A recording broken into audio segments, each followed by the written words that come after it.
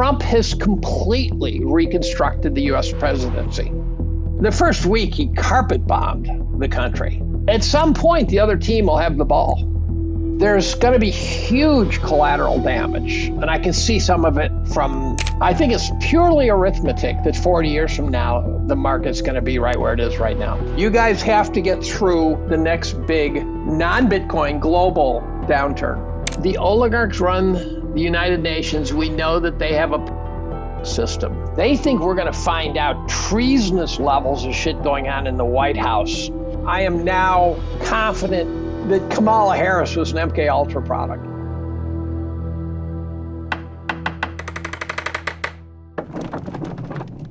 No, it's good that we're starting on stock talk, because that's what I wanted to open up with. I don't know if you remember this, but the last time you were on this show, you called Nvidia a fraud, and that maybe there's some questions about what's going on there this week.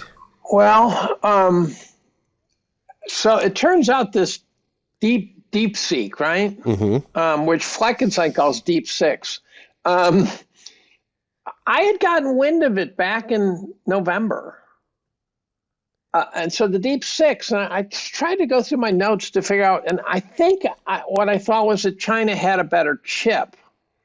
But my understanding of Deep Six is that they've got a better algorithm that makes the chips irrelevant. Is that, have I read that right? That's what's being marketed. So they launched a couple of open source models last week, and they're multimodal. So they're a bit more modular than what you're seeing with like OpenAI and others. They're open source, which is very important. And they're marketing that it took them $5.6 million to train the model, which one would assume due to the sanctions. 5.6 how much? $million. Oh, that's a nothing burger. Okay. Yeah. So it's been the shockwave sent across the bow of the and you know where it showed up in funny places. So what was funny is it didn't seem to pound some of the big techs I thought it might have pounded, possibly because I said, now you guys don't have to spend all this money on NVIDIA, right? It hammered, this makes sense, but only in retrospect. I wouldn't have thought of this. It hammered the uraniums plays because now they don't need nuclear power plants. Mm-hmm. Right. So Cameco dropped like 12%. Well, there's still, I think it's still an open question. The $5.6 million to train the models claim. I mean, the models, objectively, people have been running them locally on their own machines and testing them against the popular models, Claude, ChatGPT 01, 04, and their performance. The question is whether or not it actually only took them $5.6 million. And one of the theories out there is that they're lying about that because they can't explicitly say that they have access to NVIDIA chips due to the sanctions. But I'm going to correct you there. I think it's NVIDIA. NVIDIA. NVIDIA. Am I saying NVIDIA? You're saying NVIDIA. NVIDIA. Yeah, but there's a theory that they've been sneaking chips in via Singapore and train the model using NVIDIA chips. It's pretty clear too that they were scraping. So the training of the model is, do you reach a point where it's trained and therefore you don't need the chips anymore? I'm way outside my skill set on this stuff. There's two parts that make the chips necessary. The first is training the LLM, and you do that for a period of time, and then it gets to a point where it's like, okay, we can launch this. Right, and this is like teaching Big Blue to play chess. Yes, and then after that, you need the chips for what is called inference. Inference, right. Yeah. So you ping the model. Now, is it possible you don't need the chips once it's trained? Well, that's what people have been showing. People have been showing that you don't need the GPUs. There was somebody who strung together 7 M4 Mac chips and were able to create a completely robust model using their open source, the DeepSeek open source stuff. So someone DM'd me yesterday with a tweet from December that told this whole story. Yeah, somehow this has been lurking out there without catching anyone's attention. Yeah, there's a journalist, George Webb. I'm actually going to have him on the show next week. George Webb's the guy, big conspiracy guy, right? Same George Webb? Okay. Yeah, but he gave a presentation on January 3rd calling out DeepSeek before the broader public was aware of it. And he actually tied it to that OpenAI. I didn't mean to say that pejoratively, because I'm a big conspiracy theorist too. I could only dream of being what George Webb can do. Yeah. And his theory is that the OpenAI whistleblower that got suicided was working with DeepSeek in a way. And it was actually DeepSeek that may have killed him because he had too much info. I thought Altman killed him. It's a crazy world out there. It is not boring. No. Speaking of not boring, just before, in case I forget, as you know, I'm interested in both climate change and pedophile networks. And it turns out there's a guy who seems to be chiming in big on both, who I'm on a Zoom call with today. He is the former president of the Club of Rome. You're wading into waters. I'm wading into deep waters. Yeah, if I get suicide, I am not suicidal. Let's start with that. I was on, there's a Zoom group I'm on that was put together for COVID, and they've got some big swinging dicks in it. I mean, serious, like Jerome Corsi. And like a week ago, I was on a Zoom call with Steve Bannon. How was that? What's that? How was that? Well, so the problem is my wife had a doctor's appointment, so I'm doing it through my phone, ducking in and out of the doctor's appointment, so it sucked. It's recorded, so I can get a recording of it. But it was, right before Trump was inaugurated, and I'm going, this is the guy who can tell me what's about to come, right? Probably. If there's anyone who can, this is the guy. What I'll tell you is the man has passion. He has not forgotten those 4 months he spent in jail. And then what happens is there's this dynamic of Zoom groups, which you could write a PhD thesis on, where you get a guy like Steve Bannon on, and you have this opportunity to ask them questions that are so uniquely interesting. And they feel it's their job to tell Steve things that he ought to know. And I go, would you please shut the fuck up and ask him a question?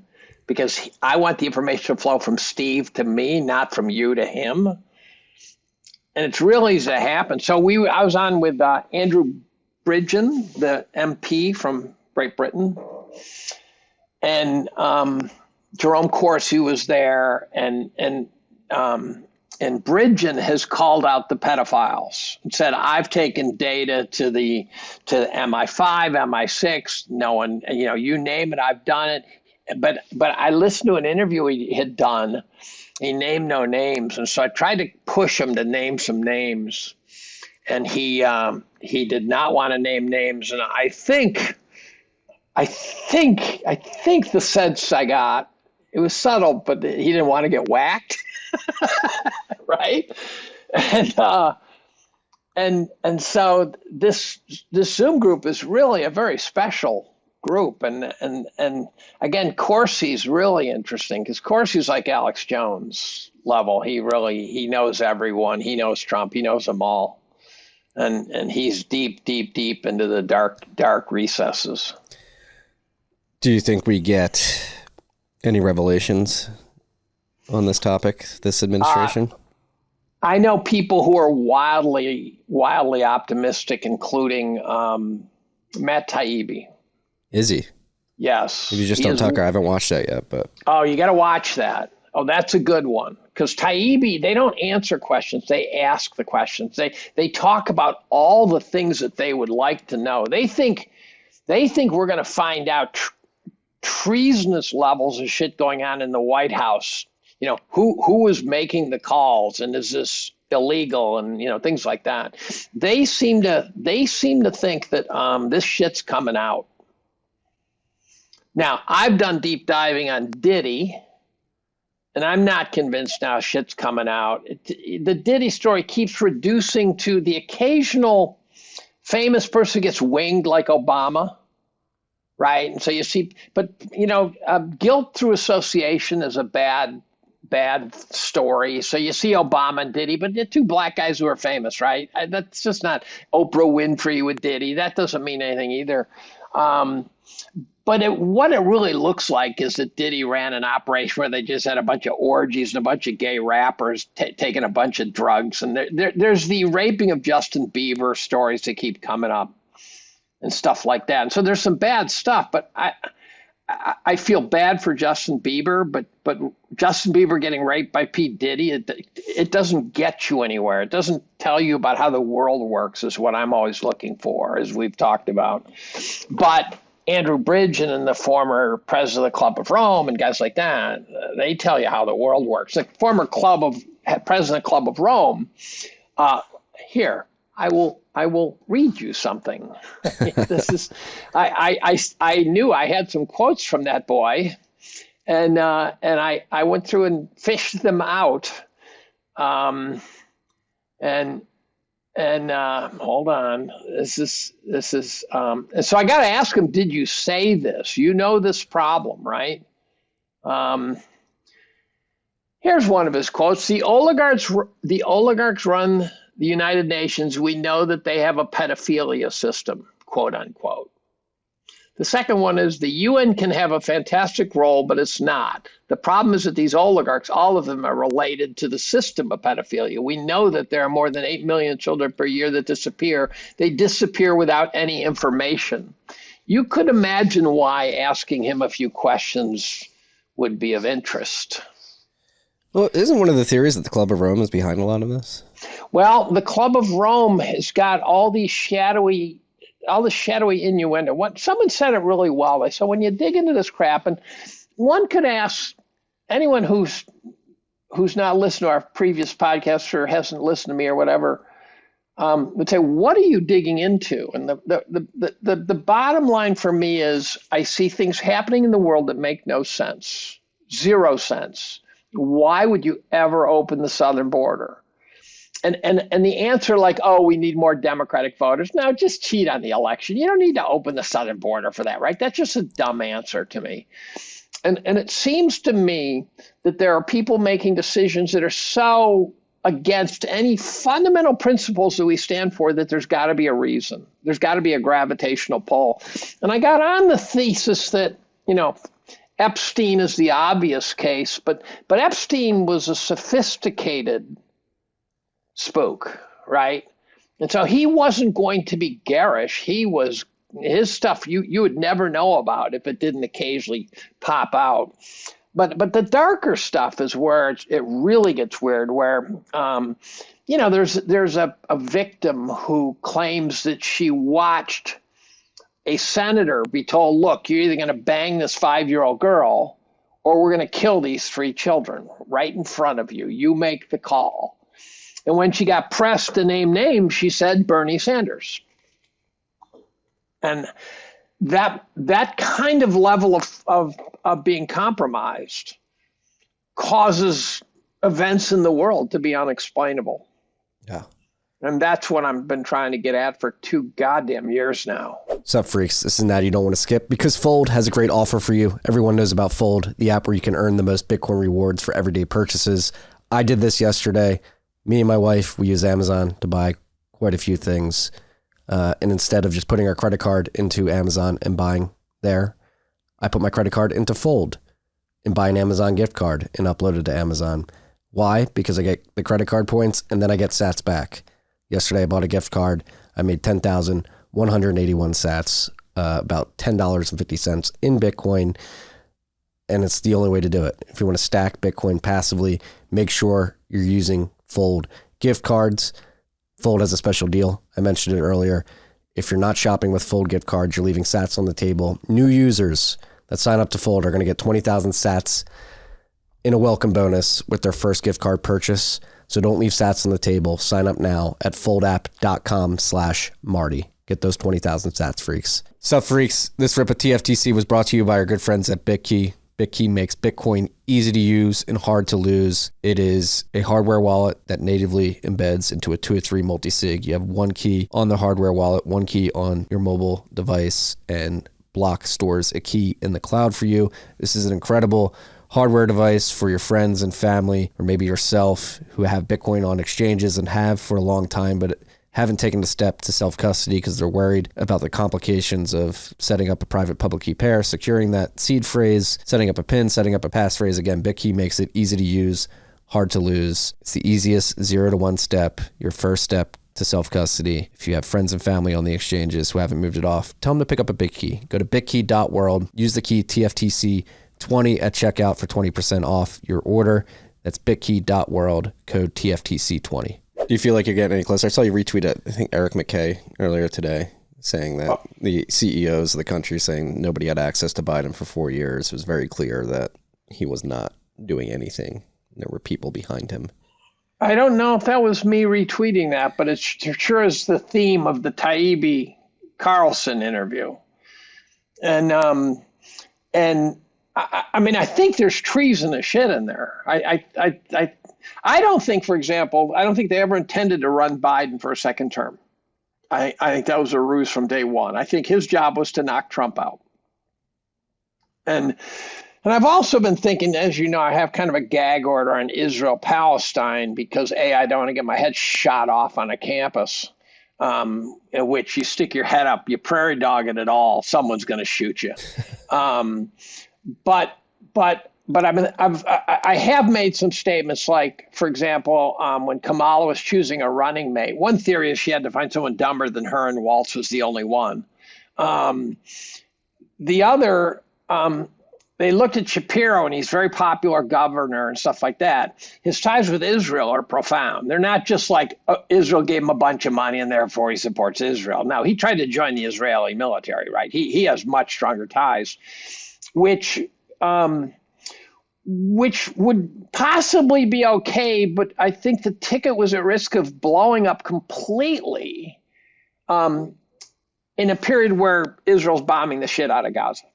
Mm-hmm. And so I think that they said, we can't put that guy on the ticket as long as Israel's bombing the shit out of Gaza. That will become a fatality for the Democratic Party. Little did they know they were going to get multiple headshots,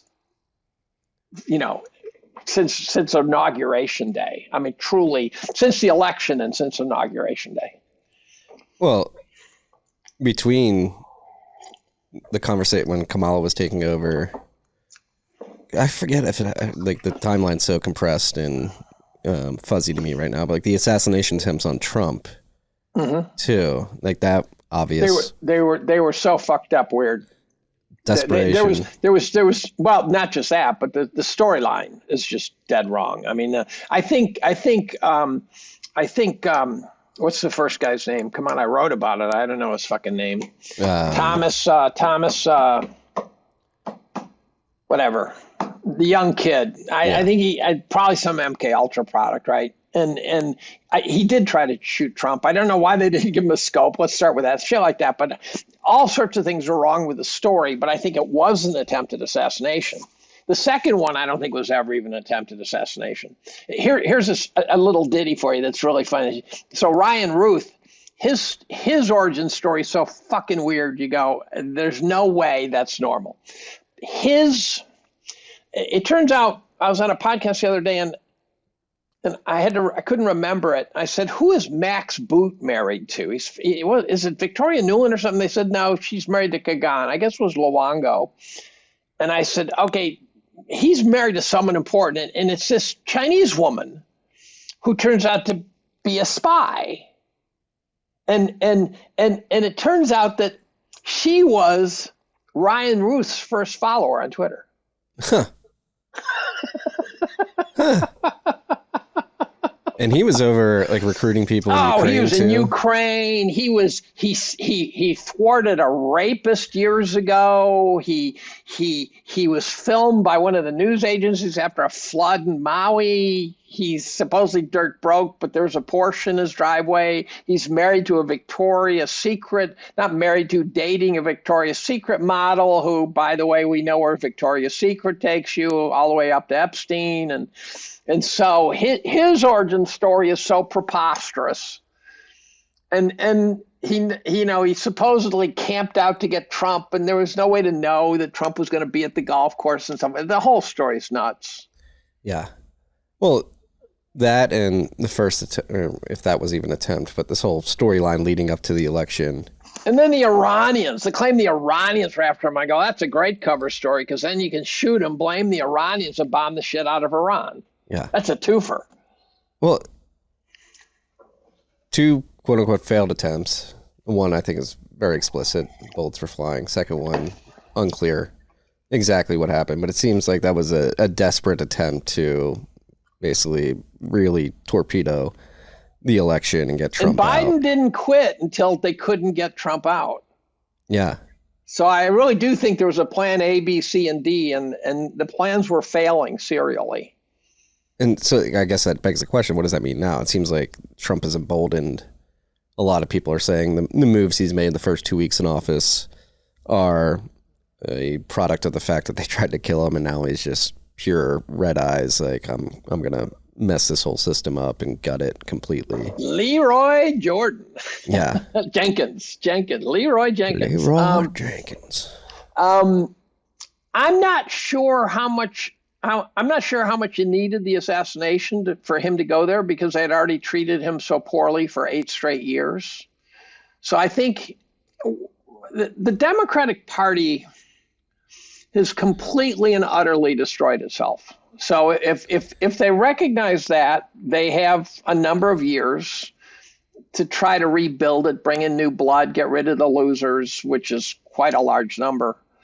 They should be primering themselves, right? I mean, they should just find new people. They should do a cattle call and say, if you got half of a brain, we want you, because we don't have anyone with half of a brain right now. You know, put Fetterman up there, for Christ's sakes, right? And the Democratic media, the pundits are doubling down. Some are shutting up and some are doubling down. The Democratic politicians right now, if I were a Democrat and I didn't have to say anything, I would be zipping it so hard. I would just not go near a microphone, right? But they're boning it. They continue to look like total assholes. Yeah, there's no humility. And it is shocking, because it's like, it was also desperation. Yeah. I mean, they're saying ludicrous things now. I mean, it was ludicrous before, but now in the context of everything we know. Well, and then you come out like the last days in office, you retroactively pardon people who have not been charged for crimes, Fauci specifically. So here's a question that keeps coming up, and I've gotten different answers, and I actually tried to get it independently, and that is, if you are pardoned, do you no longer have the right to plead the fifth?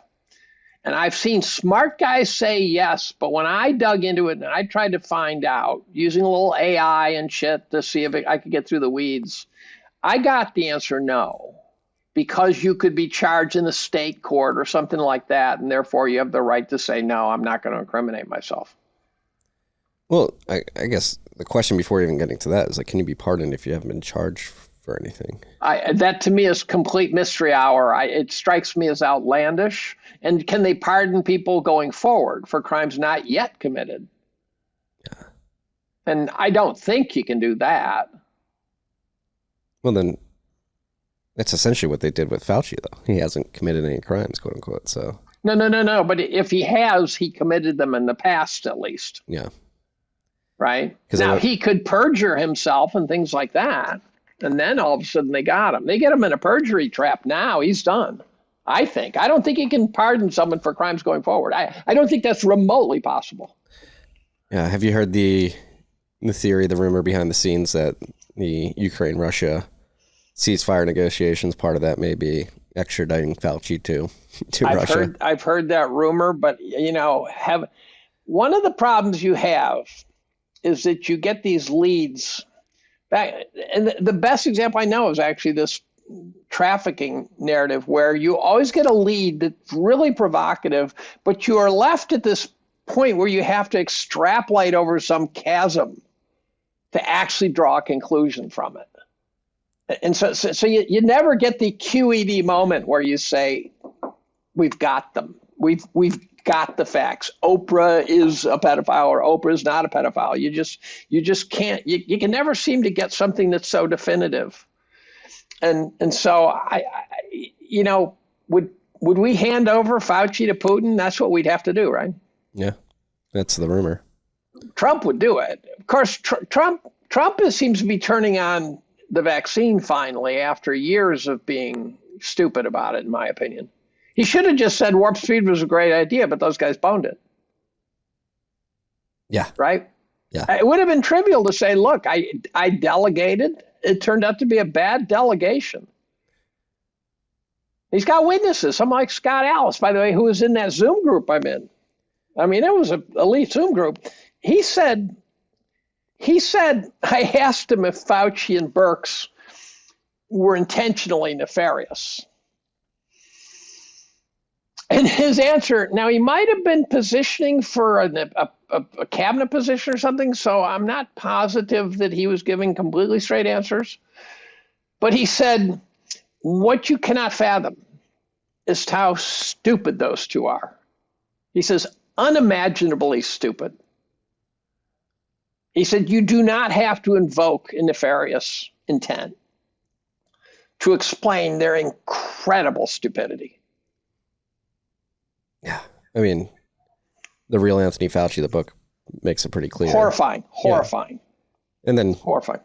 By the way, his pardons don't go back far enough. No, well, you could get his ass for 35 years ago. You know, I want to get him for gain of function. Though. That was the frustrating thing about the pardon. They went all the way before they spun up those labs to work on gain of function. I think I have to pardon the entire mainstream media for that matter. I'd find some treason charge on those bastards. It's frustrating. It is. This rip was brought to you by our great friends at Unchained. As Bitcoin's role in the global financial landscape evolves, understanding its potential impact on your wealth becomes increasingly crucial. Whether we see measured adoption or accelerated hyper-Bitcoinization, being prepared for various scenarios can make the difference between merely participating and truly optimizing your position. This is important, freaks. This is why Unchained developed the Bitcoin Calculator, a sophisticated modeling tool that helps you visualize and prepare for multiple Bitcoin futures. Beyond traditional retirement planning, it offers deep insights into how different adoption scenarios could transform your wealth trajectory. What sets this tool apart is the integration with the Unchained IRA, the only solution that combines the tax advantages of a retirement account with the security of self-custody. In any future state, maintaining direct control of your keys remains fundamental to your Bitcoin strategy. Go explore the potential futures at unchained.com/TFTC. Bitcoin is going up. Make sure you're protecting it the right way. Make sure you have a good partner. That is Unchained. Go to unchained.com/TFTC. Do you think we're getting real change right now, though? Sort of feels like Don't know yet. So I've had like a week, a month, and a year sort of slice point. I said the first week we're gonna see fireworks, and they far exceeded my expectation. Is that true for you too? Yes. The first week he carpet bombed the country.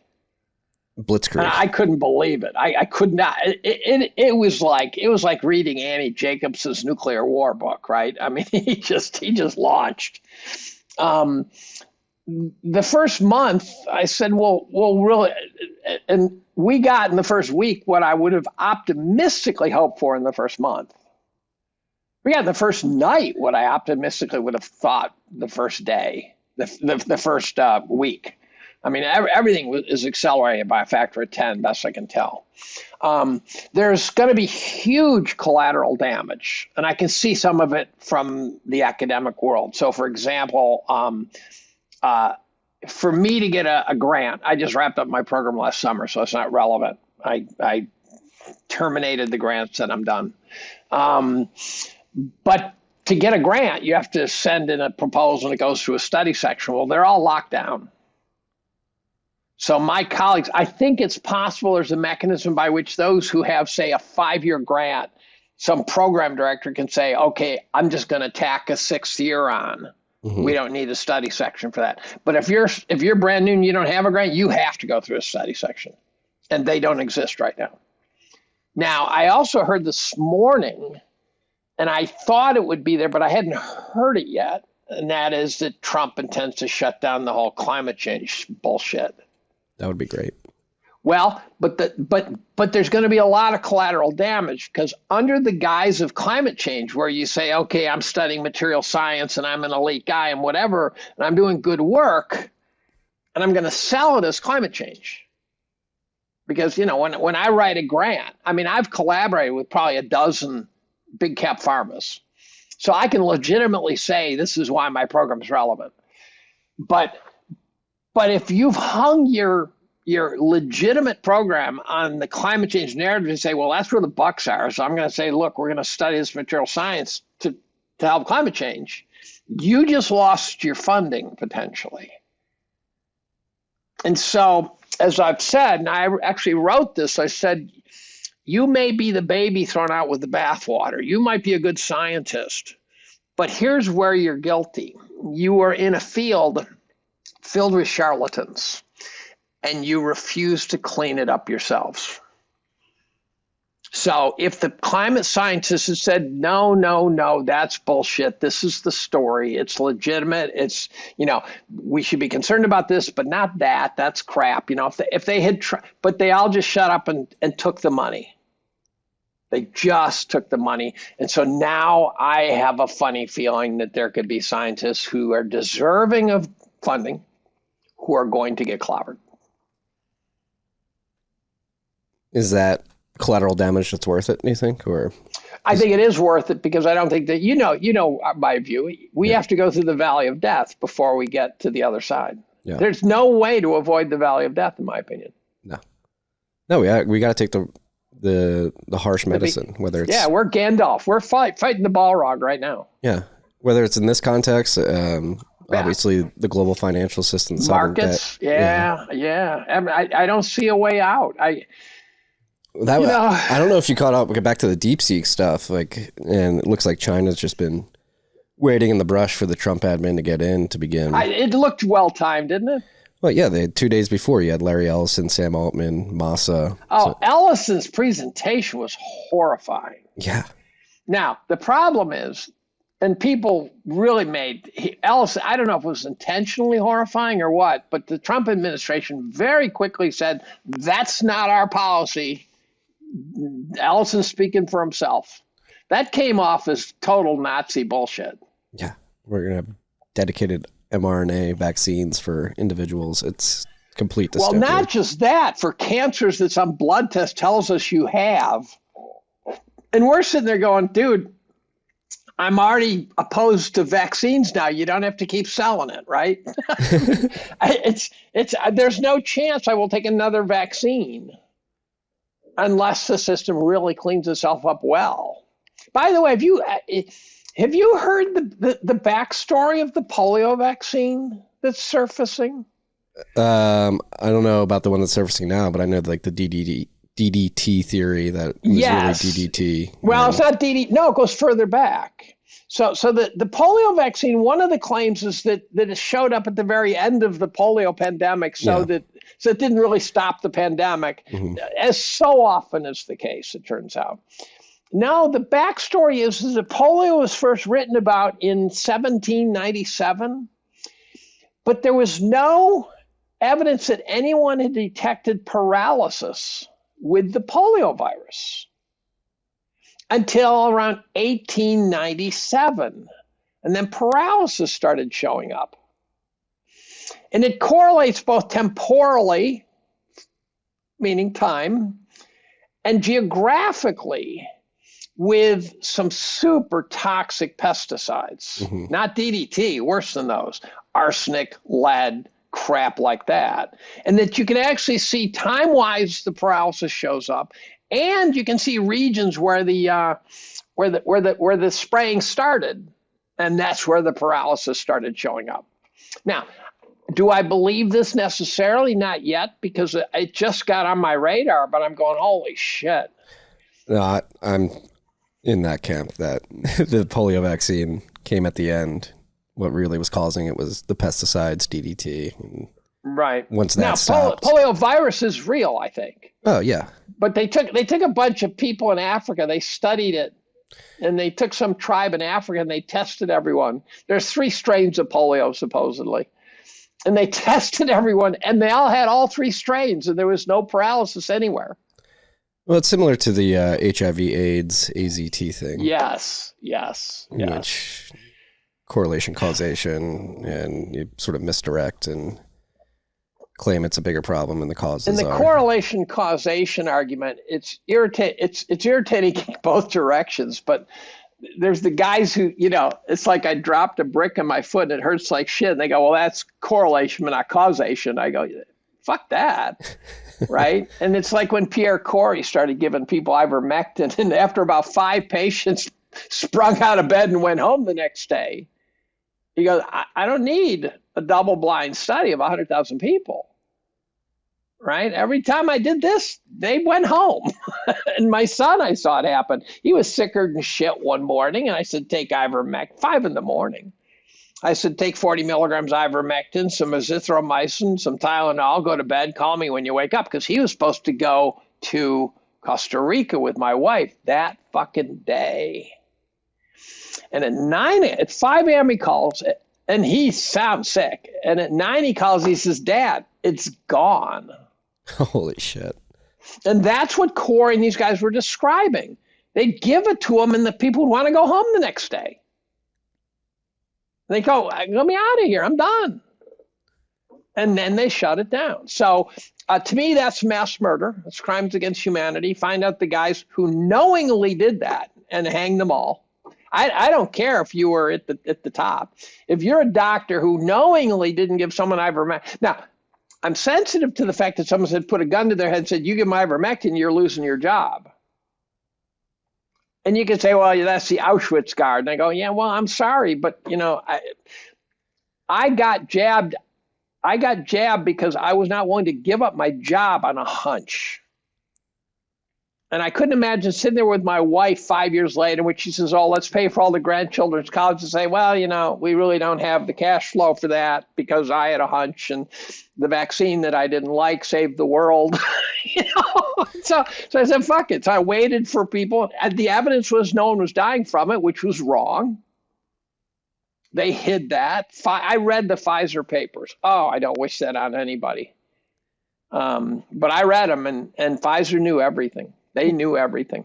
And via the FOIA requests that were, I forget who called them, whether it was Schellenberg or somebody else, we knew. Well, Naomi Wolf started the process of digging through the papers. I don't know who filed the request. But when it got filed, I think it might have been Naomi with help. And then all of a sudden, she had this overwhelming task, and so she put out an APB for experts to read them. And all of a sudden, 3,200 people showed up, and she didn't know what she was doing. And this chick says, I know how to handle this.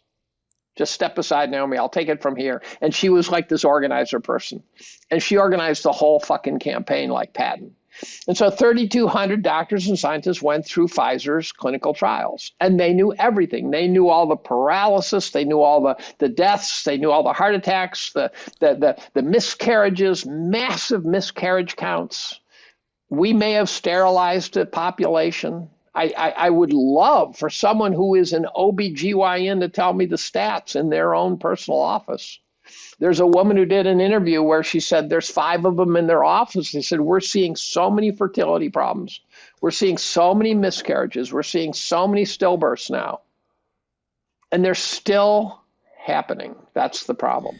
Yeah, just anecdotally, in my personal network, friends, family, the amount of stillbirths and miscarriages seems abnormally high. Well, my son's main squeeze at the ripe old age of 49 just had a stroke. Now, that can happen.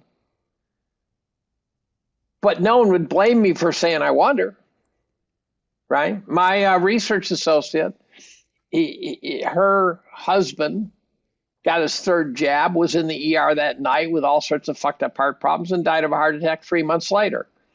Do you know that it came from the jab? No. Would you bet a paycheck it did? Surely. Yeah. That's a good bet. Yeah, then you have the data like Kevin McKernan. I'm not sure if you're aware of him. And I'm very aware of Kevin McKernan. And what they're finding. So tell me what the latest on Kevin is, because my understanding is they have now found the vaccine sequence in tumor cells. Yes. Is that, and I asked him, and he said something about they're triple checking that now.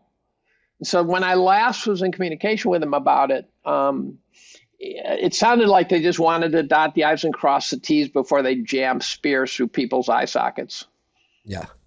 No, it seems pretty clear that. Have they proved it now? Is it now I'm not sure QED? if it's completely settled. I'll ask him. I had him on the show about a year ago, and he was, I believe, in the middle of the study and making people aware of it. But it seems if they're Oh, I asked him probably a month and a half ago. So, but it sounded to me like he was confident, but that they were dotting their I's and crossing their T's just because this is not something you want to fuck up. No. No, but it comes back to basically the spike protein lingers and then it replicates and gets in and causes the cancer. And well, so I was on the Zoom call I was on with Ryan Cole.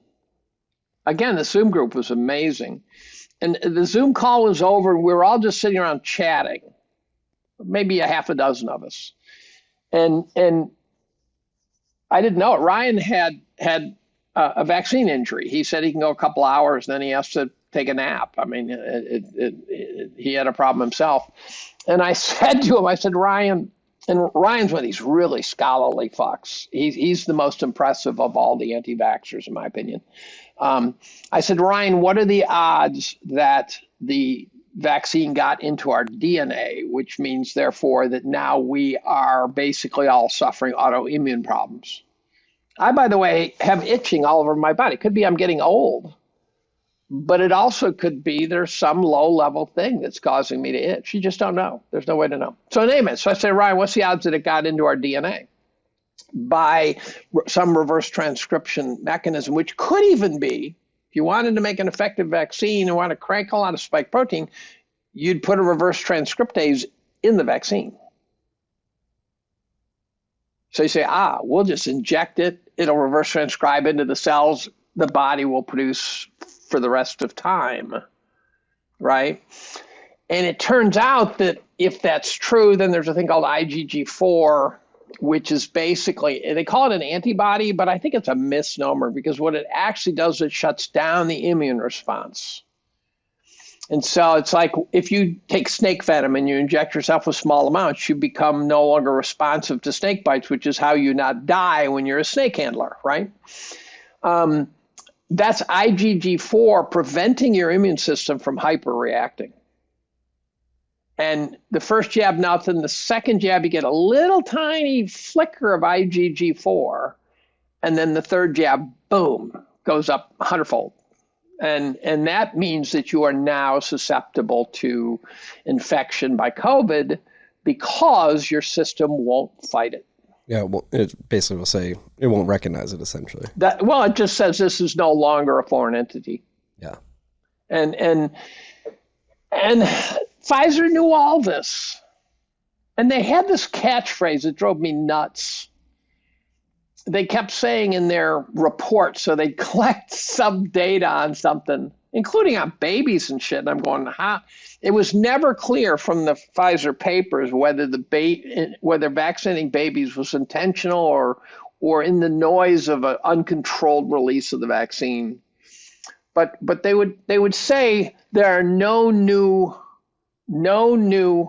risk factors. And you realize they're saying that because they're going, we've already talked about that one, so we don't need to call it a new one. And so they had this over and over and over, no new risk factors, which meant, a fuck ton of old ones showed up again.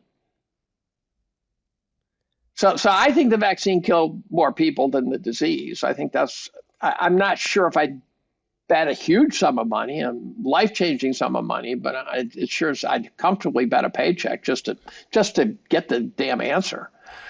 Yeah, I mean, whether it's the infertility, the what's the heart thing, myocarditis, yeah, really the turbo cancers. I mean, the turbo cancers are spooky. The one that got brushed under the rug that it's terrible, but like Susan Wojcicki, CEO of YouTube, one of the biggest censors during this period, she died of turbo cancer. I didn't know that. Okay. And then some of those clots were pretty funky weird too. We had John O'Looney in the group. He was the first undertaker to step forward and saying, we're pulling shit out of cadavers that we've never seen in this quantity or size before. Yeah, the white stringy stuff. The white stringy shit that looks like it's made of some fucking, Goodyear-based rubber material. Yeah. And I think there's probably, what we don't know is how much we clipped off everyone's life. who took it. Now, Cole, in that same conversation, said something that hit me like a truck as a chemist. When I took biochem, I was a genetics major as an undergrad, which one should not infer, therefore I know what I'm talking about. That would be a mistake. My genetics major is 50 years old. But I remember when you handle polynucleosides, you have to handle them very gently. So if you want to take DNA and break it, you just put it in a blender. It shears it. Now, normally molecules don't do that, but when the molecule is, 100,000 times longer than it is wide, it's like pulling on a piece of spaghetti. And so I remember that when you, for example, pipetted it, you had to be gentle because you'll just fragment the DNA. So then the question is, you're making batches, huge batches, of what is basically oil and vinegar salad dressing, right? Saline in one part, greasy nanoparticles in the other part, and you got to mix it, but you can't shake it. You can't stir it. You can't agitate it.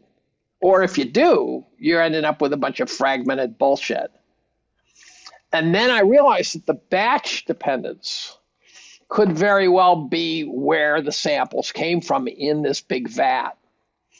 And that you could take out samples from the bottom, you get saline samples from the top, you get huge amounts of that greasy, toxic shit. And it just clicked. As soon as he said something about the mixing problem, I go, oh my God, I hadn't thought of that. So they're murderers. They're murderers. So what's the theory? They were mishandling it, breaking it up in some... I don't know whether they were failing to stir it or whether they were stirring. The specs on the vaccine were so loose that there could have been something like 50 factorial numbers of different vaccines that were given out. So you needed something like 55% of so it's an 11 or 1,200 base pairs. You needed 55% of that fragment to be considered up to specs, which means you could have one that's 55 base pairs, 50, you have one that's 500 base pairs, one that's 501 base pairs, 502 base pairs, up to 1,200, right? Or 600 base pairs, whatever. And it could be any region of the 1,200, which means, and by the way, there were no specs. There's no way they were testing these vats. And then they changed the protocol. So in the Pfizer papers, they changed the protocol of the synthesis to make it much more efficient, and they did no tests. No tests. So no quality control. No quality control. They just said I think what they did is they took a couple of rats and got antibodies and said, okay, it still works fine. We're done. The testing was truly extraordinary. They terminated monitoring everything after 90 days. Now, that's against the law. It breaks all sorts of federal laws. But they terminate. Now, they vaccinated the control group, which, by the way, was healthier than the non-control group. But it wasn't just because of that. What they also realized is during the study that people were getting COVID, they realized that both groups are going to end up 100% COVID infected. And so they wanted to terminate it so that they didn't remove the idea of efficacy, not whether it blocks the virus completely, but whether it does anything favorable. And both groups were going to be fully COVID infected by the end. I don't even know if I ever got COVID. My wife got it, and I was a little under the weather, and she tested positive, but that was it. That was my experience with it. Yeah. If RFK gets confirmed, is he going to go after this? I'm not sure if you've been following Oh, he will go after this. You think so? Yeah. So here's a guy who fought pharma for 30 years, and then 6 months ago decides he's in charge of making sure that we don't eat shitty food. He gets confirmed. What's he going to do next? He's going straight for pharma. Yeah. Who could possibly not confirm a guy who wants to make us healthy, right? He turned into a granola supporter, right? That was just to sanitize him. He's going to go after pharma. Yeah. It seems like the pieces on the chessboard are being pulling out of who. I saw yesterday there was diktats sent to the FDA, like stop coordinating anything with the World Health Organization. Mm-hmm. I mean, I don't want to get my hopes up. I've got my hopes up too many times. Well, but the things they're doing are extraordinary, right? This is Trump didn't and like that press conference in California. With the mayor? Just doesn't. Yeah. Now, I think the press overplayed the conflict. I watched much bigger percentage of it than they showed. It came on live, and I said, okay, so I put it on in the background. And she kisses ass nonstop. So most of it was her kissing his ass. But there was that one moment where she said, yeah, we're taking away all the. And Trump is perfectly qualified to discuss California's problems because he knows regulations. He knows obstructionists, right? He knows how to develop. He knows how to build. He knows all the shit. And she said, that famous line where she said, yeah, we'll be ready within a week. He said, a week? That's too long. And she said, well, they got to be safe. He said, they're safe. Let them in. And he's dead right.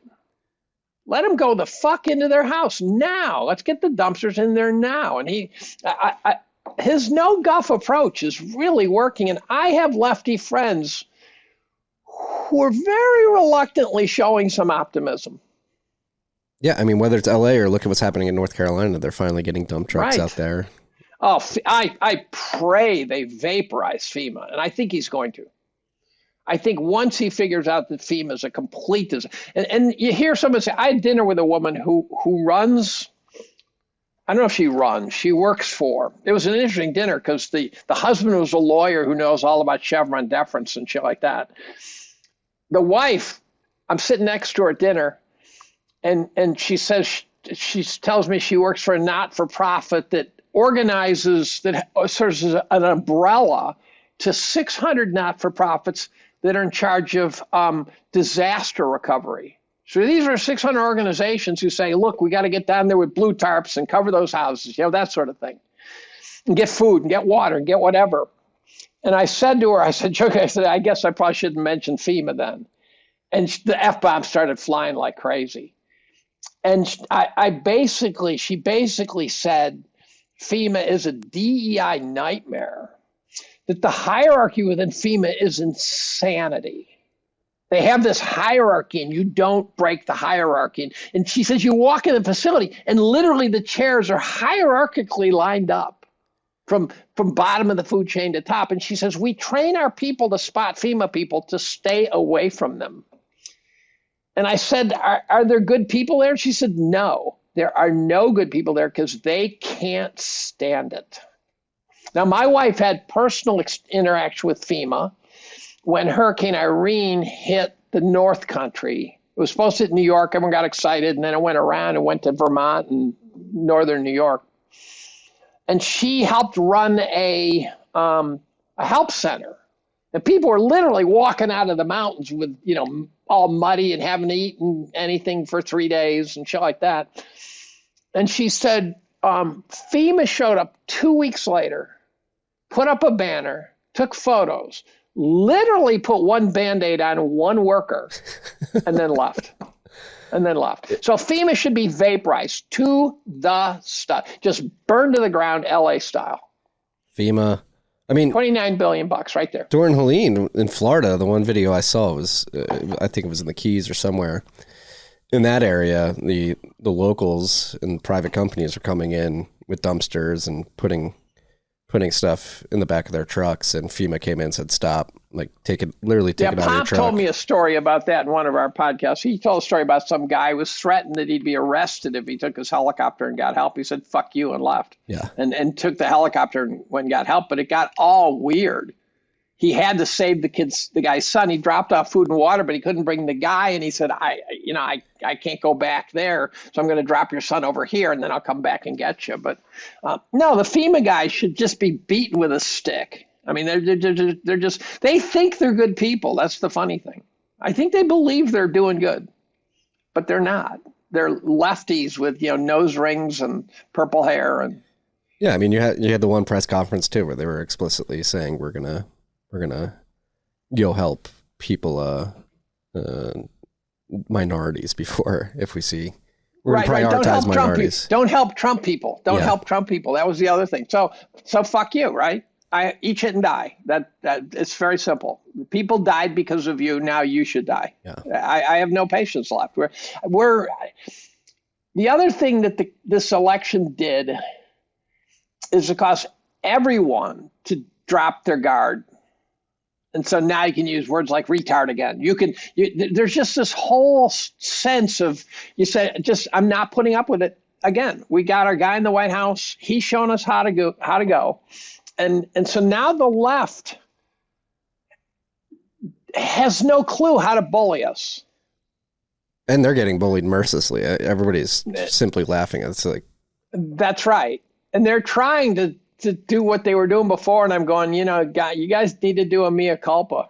Yeah, did you see the New? I forget, it was in New York or whatever. And the cover photo was like a picture of young Gen Z Trump supporters, I believe, on the night of the inauguration. And they literally cropped out all the black people to make it look like it was an all white racist party. And you mean so it looked like Waltz's cabinet? Yeah, exactly. But it got caught. The best part was it got called out immediately. It was like, these people look like they're having fun. They're well dressed. No one's afraid of the bully anymore. So Trump punched the bully in the nose. And now it's fuck you. Now you say, look, transgender's a mental disorder. I don't care. I feel sorry for you. I feel sorry for schizophrenics. I feel sorry for all sorts. I read Oliver Sacks's book, A Man Who Mistook His Wife for a Hat. I might have read it before. I can't remember. But it's the weirdest neural problems ever. And some guy wakes up and he thinks it's someone else's leg. He just wakes up one morning. And he's totally normal. And the next morning he wakes up and he thinks his fucking leg is someone else's leg. And nothing will convince him it's his leg. And they go, if this is your leg, where'd it come from? Nothing will convince him. And the first thing he did is he threw it out of bed and he flopped out of bed himself. And it turns out he's not the only one to have this problem. And so in the modern era, what would we do? We'd cut off his leg, right? If you're anorexic, we'd say, well, you're identifying as a fat guy, so we'll put you on a diet, right? This is the insanity, right? Oh, you think you're a girl, therefore you get to go beat the fuck out of girls in sports. And I was going to write about that in part 3, so to speak, and now it's just gone. I just basically waited. It's no longer relevant. Boys are not going to be competing in women's sports. It's clear now. The only thing that's not explained is how the left could be so fucked up beyond imagination that they supported that. Now, I don't think most did. I think that was this sliver of an elite that somehow is keeping the bullying game going. Yeah, you can tell there's definitely a segment of Democrats in the political sphere that are breathing a sigh of relief. Like, all right, it's becoming. Well, I did a poll on Twitter on should biological males compete in women's sports. I said no ifs, ands, or buts, no maybes, yes or no. You know what a Twitter poll looks like. I got 5,000 votes. That's a pretty good poll, actually. And I got 98.6% no. Society has long ago determined that this is a fucking stupid idea. Yeah. But somehow we couldn't, the 98.6% of us couldn't somehow get the 1.4% to shut the fuck up. And where were the women who were no longer in sports but benefited? I coached 2 collegiate sports, as you know. One of them was Taekwondo. The women benefited so much from Taekwondo. But if we made them compete against men, that would not be a big benefit. No.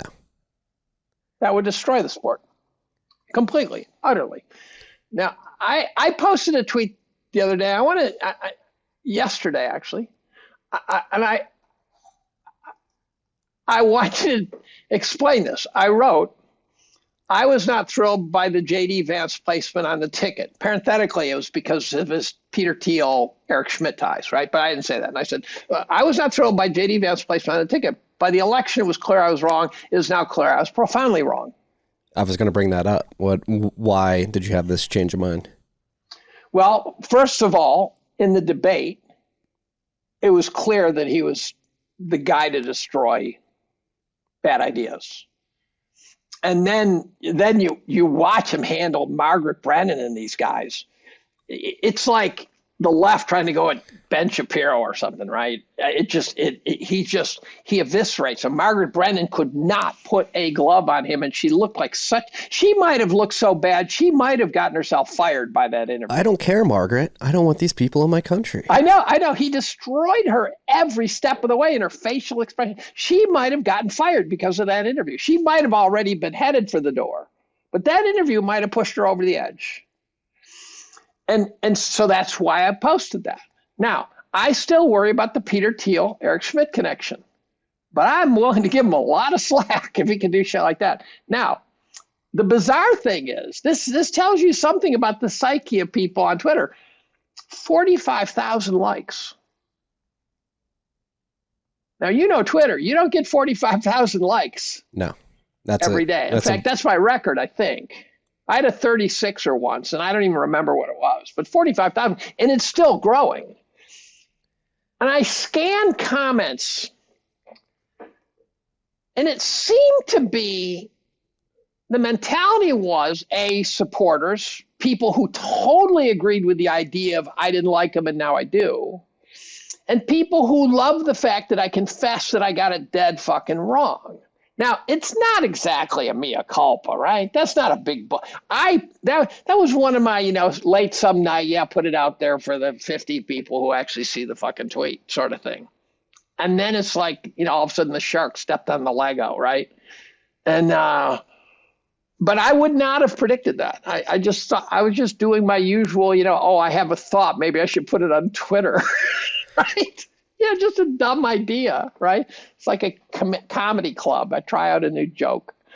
No, I have to admit I was similarly skeptical due to the Thiel, Palantir.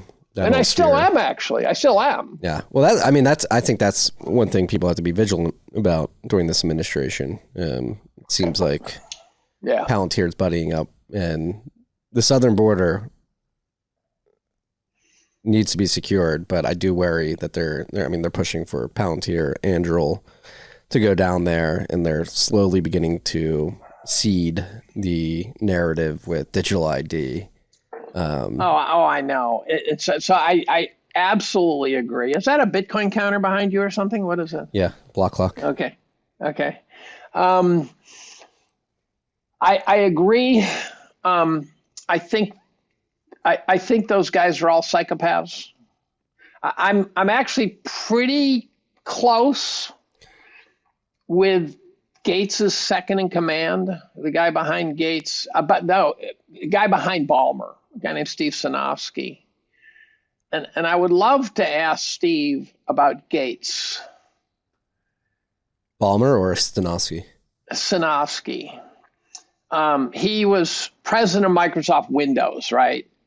That was Microsoft. So he was the guy, he was shadowing Gates 14 hours a day for his career. He was that guy. And chief of staff sort of I think would be a way to think about him.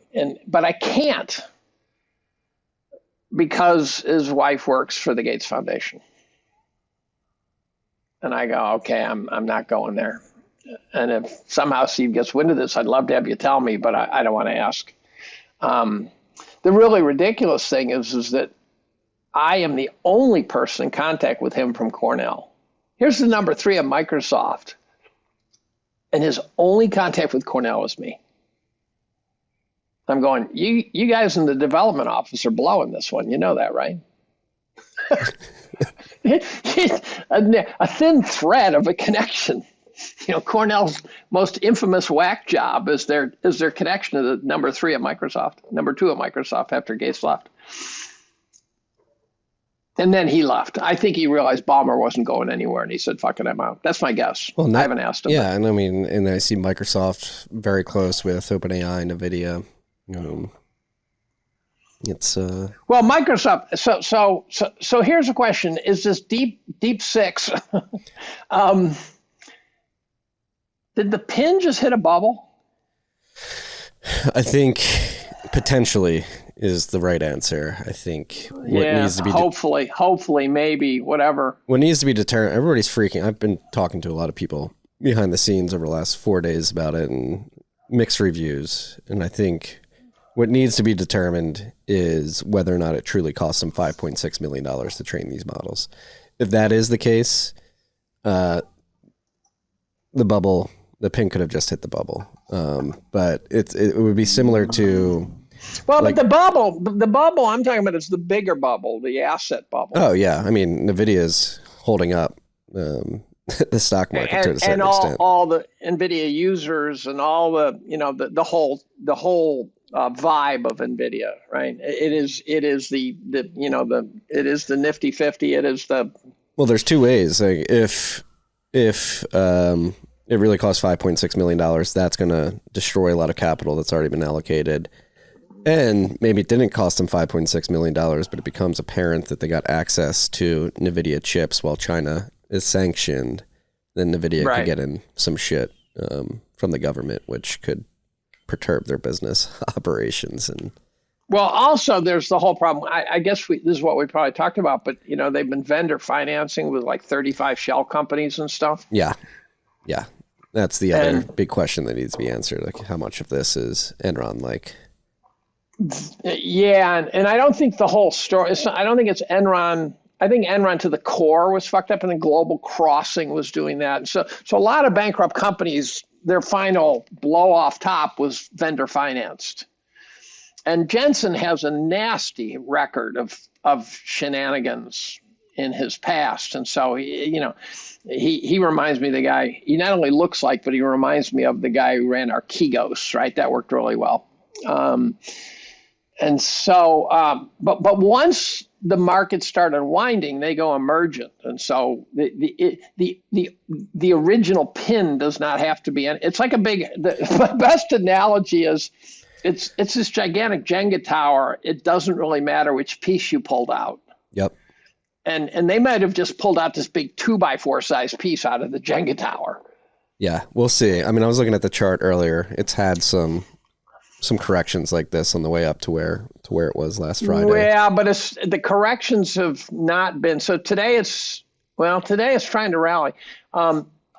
You don't knock momentum like that down instantaneously. Yeah. Right. You have to keep knocking investors on their asses and shit like that. As of today, it is down. It's up 0.21%. That's not exactly a rally. No. It was up 3% earlier before we hopped on here. That's right. So I posted that the NASDAQ, although it appears to be headed for an open, for a flat open, could become a wild ride today. Yeah. And honestly, if you're the Trump administration, right now it's 1.79% in the green. So some money's pounding those shares up hard. Yeah. And yeah. Well, if I'm the Trump admin, I sort of want the correction to happen early because there's going to be right away. There's going to be a correction at some point. And he seems to show evidence that he knows that. Mm-hmm. His biggest mistake would be to try to pump the market. Yeah, I think what he should do is, if he really wants to change the world, and his narcissistic side wants to, and also I think he's a better person than a lot of people thought. I think his firepower was underestimated. His heart was underestimated. His anti-fragility was ridiculously underestimated. That, and another thing too, like the fact that he went on this podcast tour, and I think many people didn't understand this. The mainstream media narrative that he's a degenerate philanderer.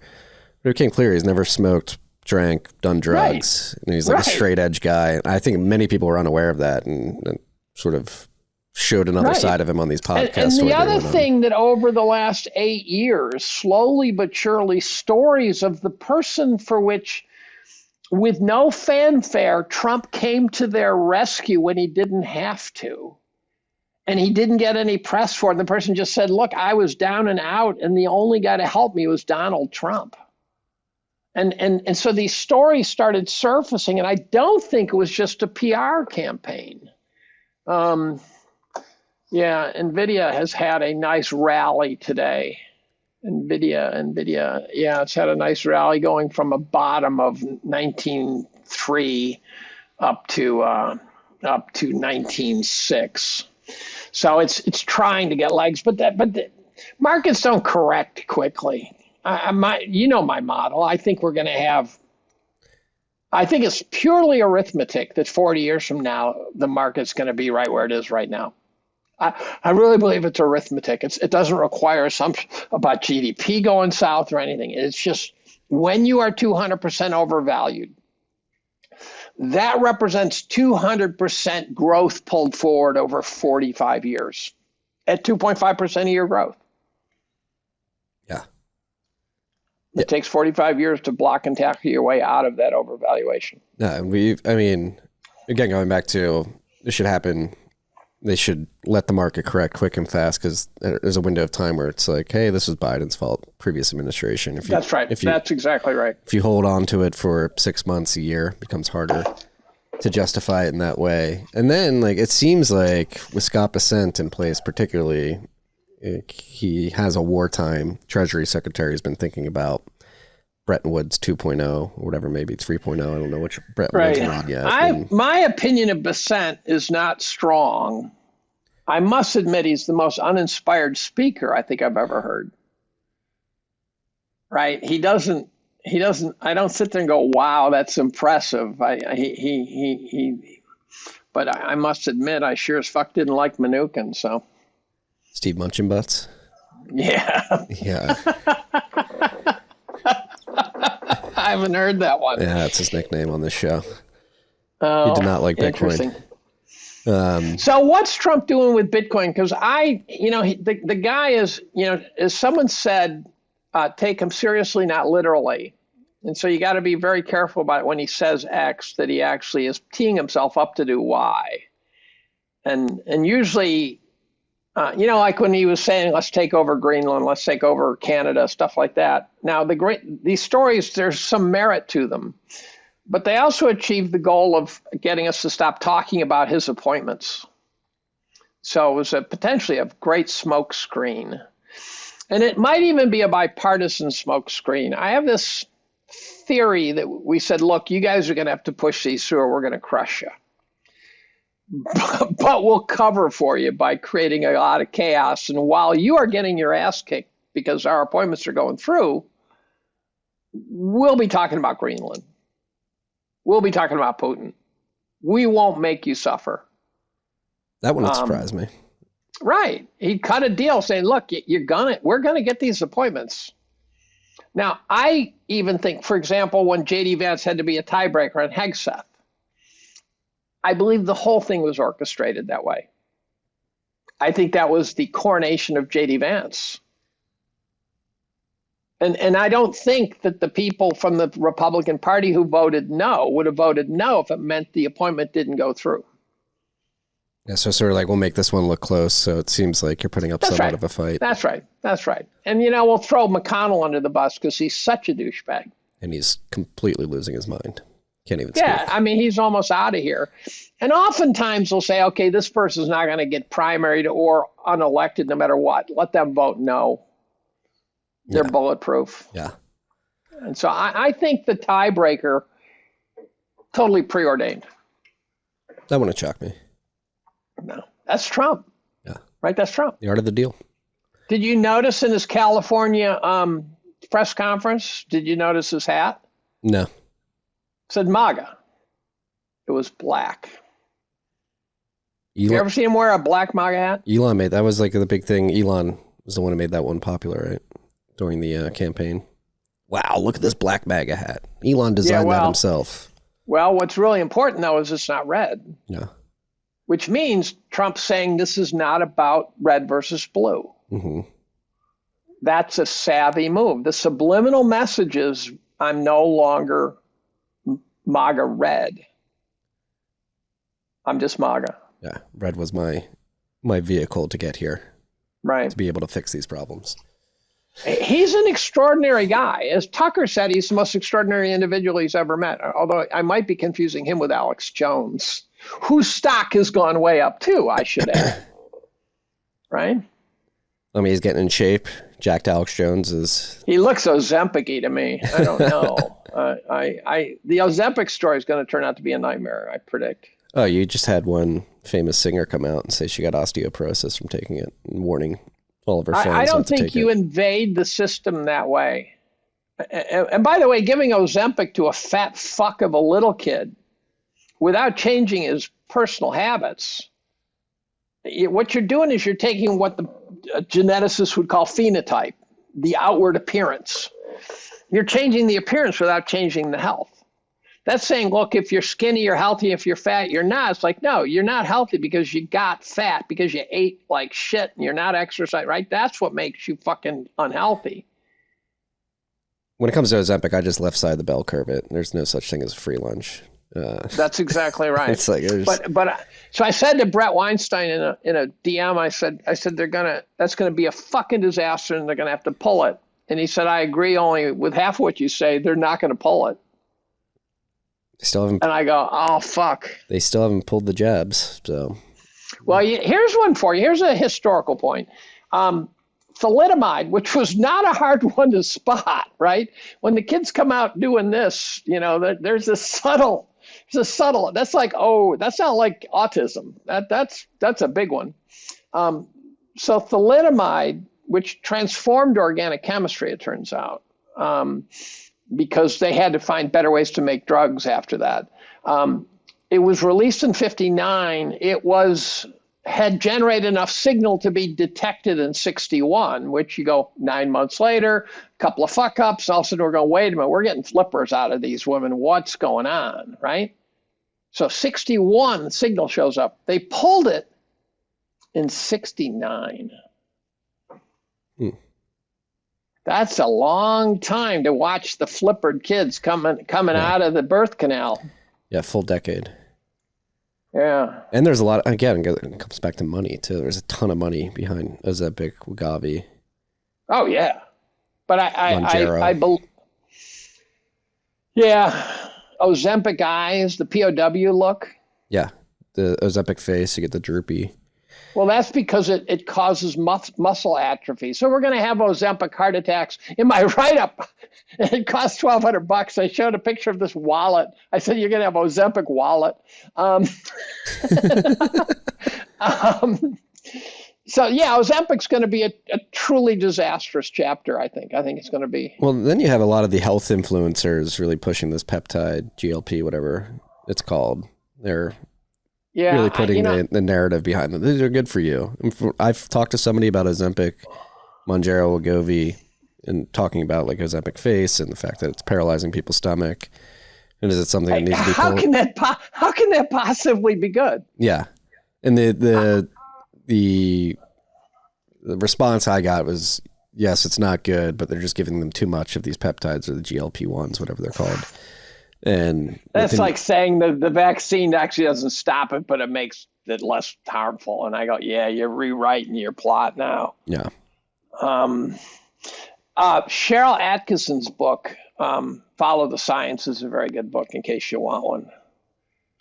The other one, I like to recommend books because I wade through a lot of them and there's a lot that are not worth wading through. I try to pick them carefully. The other one is The Indispensable Right by Jonathan Turley. Which is a riveting story about battle for free speech over the centuries. Mm-hmm. And it's astonishing decisions made by the Supreme Court that you cannot imagine they made, like some guy passing out leaflets opposing World War I. He gets thrown in jail and the court says, yeah, sure, throw him in jail.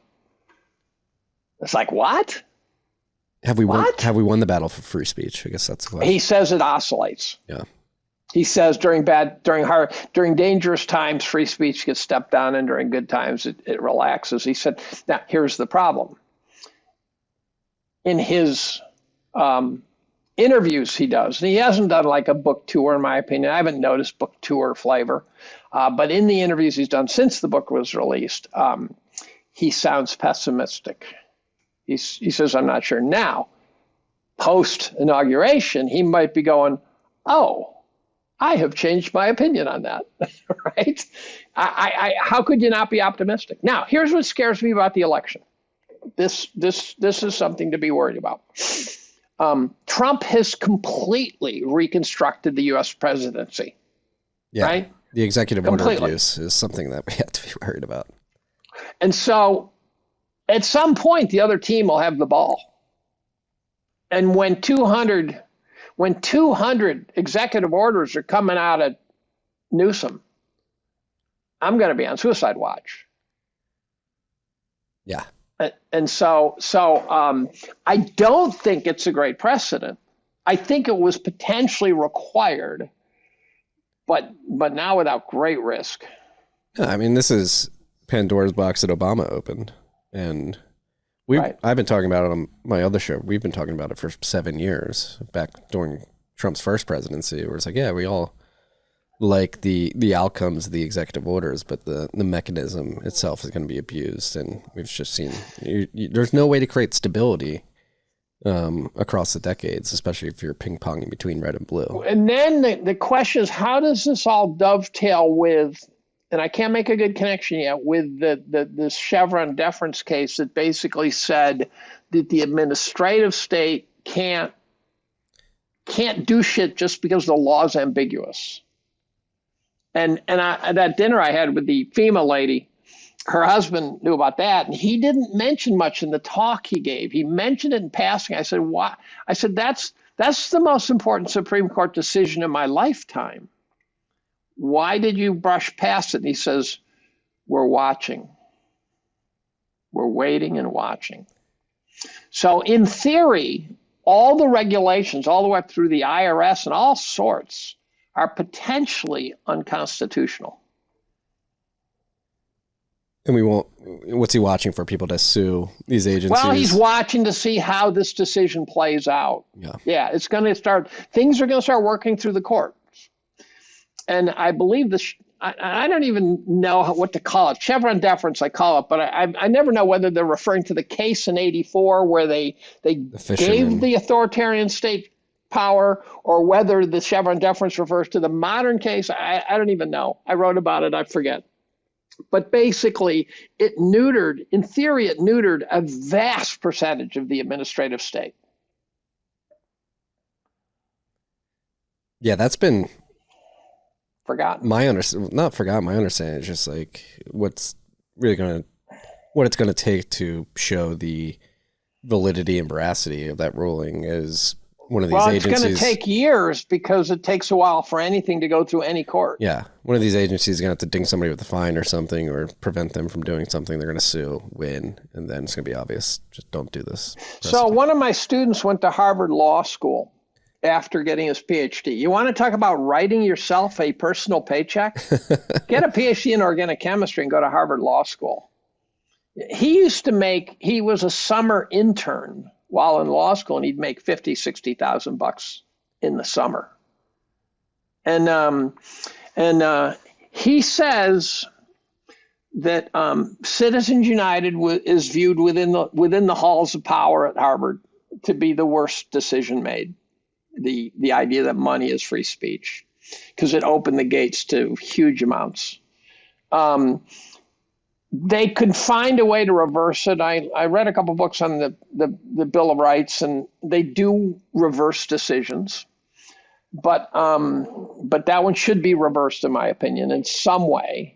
And then and he said that cases in the Supreme Court are teed up by the court.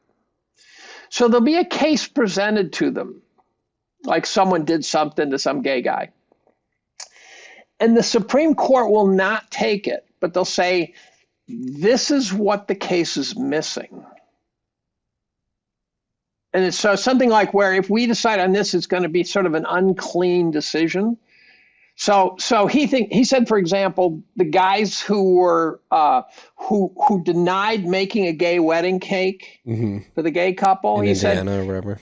Yeah, he said that case was probably headed for the Supreme Court before the guy denied them the right to a cake. That whole thing was teed up. They found the right baker, they found the right gay guys, and they put them together, and then they made, and then it worked its way towards the Supreme Court. That's how they do it. They tell you this is why your case is not clean enough for us to take. And then they go out and look for one. Where it is clean. Now, there was a famous one, which I can't remember the outcome, but there's a funny story where it set huge precedent. I wish I could remember which one it was. And then they found the draft of the Supreme Court justice, the guy who wrote the major opinion, supportive opinion. And he had written in the margin, this should not be viewed as precedence. And somehow his clerk, which, by the way, are elite lawyers. Clerk is a misnomer, right? These are people who go on to be professors at Harvard and stuff, right? These are sharp guys. Somehow left that part out. Now, one can't help but wonder if it was done on purpose. Well, I don't understand how, if there is a ruling, you can just waive away precedents by writing. Well, but what they can say is that they can put in the wording that says this is a very specialized case. Okay. Like, for example, when they had a rule on the Chads, right, and things like that. They do not want to send, sometimes they just have to rule to straighten out a problem. And then want to say, now, a famous quote by a former Supreme Court justice, when he was a judge, he ruled against the guy not guilty. And he says, I'm finding you not guilty. And then he says, but don't do that again. Yeah, so the courts have a lot of slack. I mean, there's just a lot of slopping, and I'm sure we're breaking some serious laws deporting guys, right, already. You think so? Yeah, I'm guessing that somehow encroaching, they're not using, well, they're not getting warrants, and I'm guessing they're going in like they're jackbooting their way through some of this. Yeah, I mean, they're in New York City today, just running around. Well, by the way, they also have a list of guys who they know were criminals, who they know Biden released. So you can bet they're raiding those bastards. Yeah. Yeah. That's it. Like, how many are they actually going to be able to deport? And what is the left saying? The left is saying this is going to cost too much money. It's never been a problem before. You guys. Again, if I were a left winger, it would be Zippa time. I'd be going, oh, I am not doing any podcasts this week. They're so fucking stupid. They're so blinded by completely failing to read the room. Well, and by the way, I'm being rude. I got to get coffee. Get coffee. Keep talking. You can hear me, but their failure to recognize that they've lost and to show some if you humility. Look here carefully, you can see that I should take Ozempic. Stay away. But that's the question. Like, is this an opportunity for right-leaning, the right to dominate for 2 terms, 3 terms? I mean, people are talking about like a 12. 3 terms, potentially. I'll tell you, we know who the odds-on favorite candidate is for 2028 right now. Now, that can change. But if you're not sitting there looking at J.D. Vance going, holy fuck, I want that guy in 2028, you're not paying attention. No. And no, he's so articulate, and I mean, the story is inspiring. The fact that it is inspiring. It is. Even if Peter Thiel's pulling all the strings, it's still inspiring. I guess that's the question: is Peter Thiel pulling all of his strings? And Eric Schmidt. I haven't heard about the Eric Schmidt connection. Oh, suppose it's Thiel and Schmidt who funded him right out of Yale. It was they picked 2. It was like him and Blake Masters that they put their money behind, right? Well, oh God, I haven't thought about Blake Masters in so long. It's just a vague memory. Yeah, I don't trust Thiel. Did you watch the Rogan interview? Yeah. It was very entertaining. Yeah, and whether it's Thiel, Musk, Mark Andreessen, like when the guys talk like that, where they're Andreessen was amazing. He wasn't just chatting; he was dropping bombs on purpose. And he was talking his book too. That's one thing I think. He was definitely talking his book, but he was dropping truth bombs on purpose. That wasn't just, oh boy, I didn't see that coming. He knew what he wanted to say that day, and that debanking story was had to be released. Oh well, I mean, it affected like the companies that were invested in very acutely. But it had to be shown the level of authoritarianism. Forget about the Bitcoiners. Just the idea that anyone could be debanked. Well, I mean, I think the silver bullet in the story, and it does seem like Cynthia Lummis is tweeting out there's going to be a Senate Banking Committee hearing on Operation Chokepoint 2.0. The smoking gun, what's going to uncover all this and really unearth the malfeasance at the FDIC, the SEC, Elizabeth Warren, that whole crew, is Silvergate. Silvergate was completely solvent.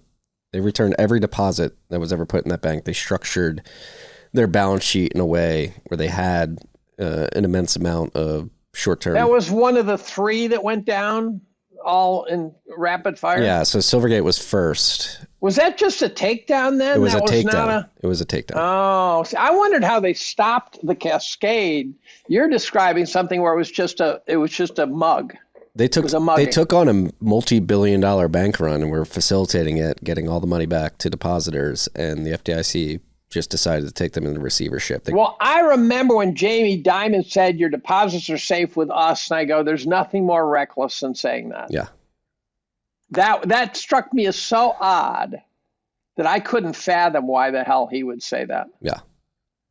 Silvergate is a smoking gun because even after they got sent into receivership, they returned all the money to depositors. Nobody lost a dime. They didn't need a bailout. It's sort of like Trump's loans with Mar-a-Lago as capital. Yeah. Right? As collateral. Yeah. Let me bring up a topic that I end up in podcasts with guys. Luongo, for example, and he knows so much more about global shit than I do. He and I was on a Zoom call yesterday with Alex Craner, who gives a brilliant talk about Ukraine. Here's the part you should. Have you had Alex Craner on? I don't think I've had Alex on, but I think I've heard him on Tom's podcast. He's the British guy, right? He's Croatian or something. Okay. He's a Euro anchor, and he gave a talk about Ukraine, and the part that I had not heard. I knew the whole Putin kept saying, look, you can't have Ukraine. He wasn't saying I got to have it. He's saying you can't have it, right? The Ukraine story is a nightmare of propaganda. But what Alex pointed out is that early on, the EU basically approached Ukraine and said, we want you to come into Ukraine, but here's what you have to do. And it was a pathetically awful deal. It was like we would do to some banana republic down in South America or something where we'd say, privatize all your business, give up this, give up this, give up this. You're a vassal state of the EU. And Ukraine said, fuck that. And Putin's like, no, we won't do that to you. So Putin just said, no, we're not going to fuck you like the EU just tried to fuck you.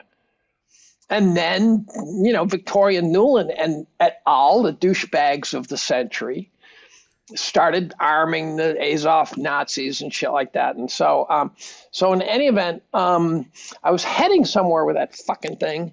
Talking about Tom Luongo, Craner. Oh, Tom traces all the stuff. And Alex supported him yesterday when I kind of challenged him. He traces it to the London bankers. Mm-hmm. And I keep going, the UK is a pathetic shell of a former empire. So I'm not sure what the London bankers are. Does that just mean guys who happen to have headquarters in London, but they're not London bankers? I'm not.